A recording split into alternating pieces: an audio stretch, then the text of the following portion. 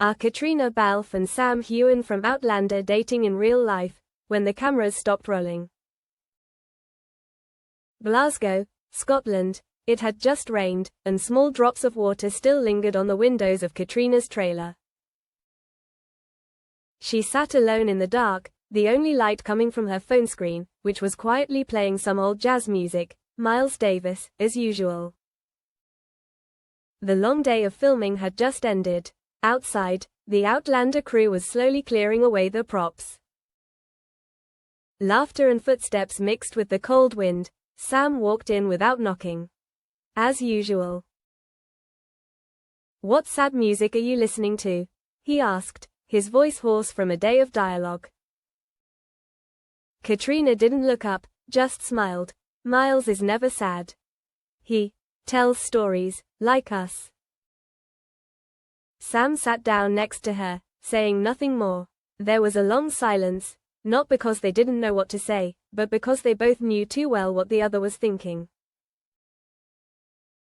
Out there, they are Jamie and Claire, the legendary couple who travel through time, die for each other. But when the cameras turn off, the world returns to reality, without swords, without candles, without background music. Just two real people, Caitriona Balfe and Sam Heughan, wondering, is what they act still acting? A fragile boundary. From the first season of Outlander, their chemistry has driven the media crazy.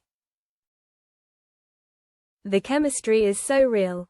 The way Sam looks at Caitriona when Claire cries, the way she clings to him during war scenes, the way they smile at each other when no one asks them to. The internet has created thousands of conspiracy theories. They must be dating in real life. Fans insist. But Caitriona just smiles softly every time she is asked. Sam shakes her head, often redirecting the question to another topic. "They don't understand, do they?" Caitriona once said to Sam when they were reviewing a scene in Highland. Sam nodded. "They don't understand that sometimes, true feelings don't need to be named." They had a private relationship, out of the spotlight. Caitriona got married. Sam was rumored.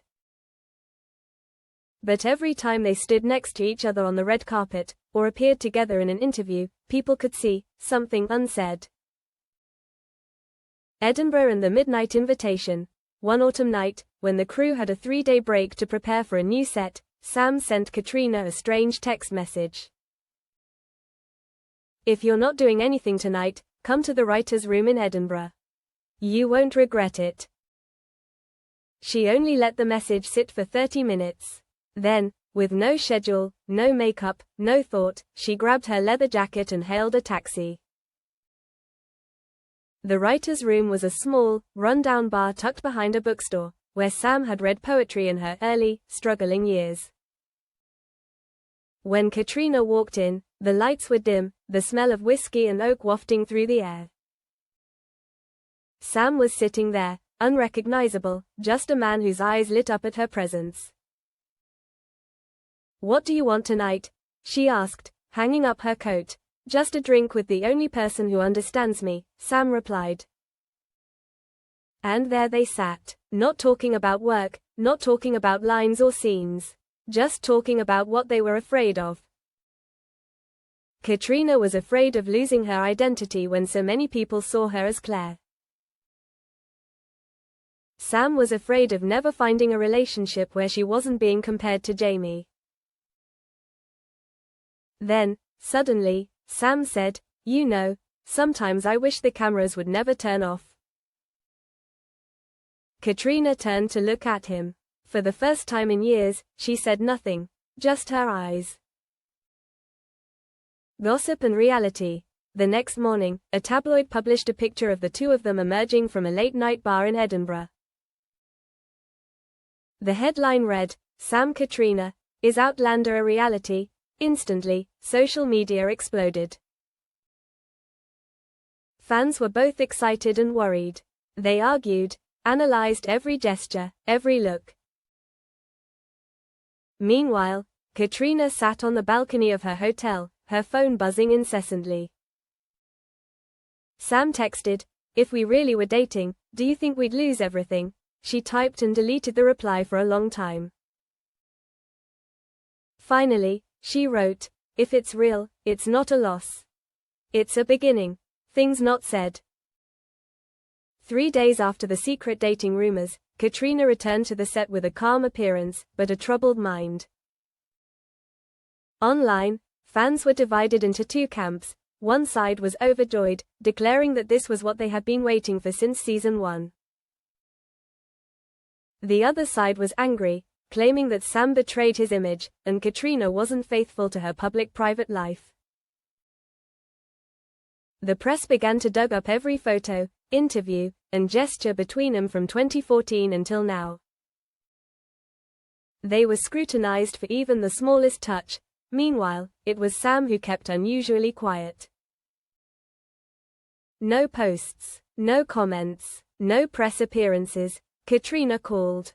He answered after 2 hours with a single sentence. "I'm thinking." The conversation in the trailer, late at night. The wind blew through the set, tearing the silence apart. Caitriona sat in her trailer, looking through the small window. The door opened. Sam walked in.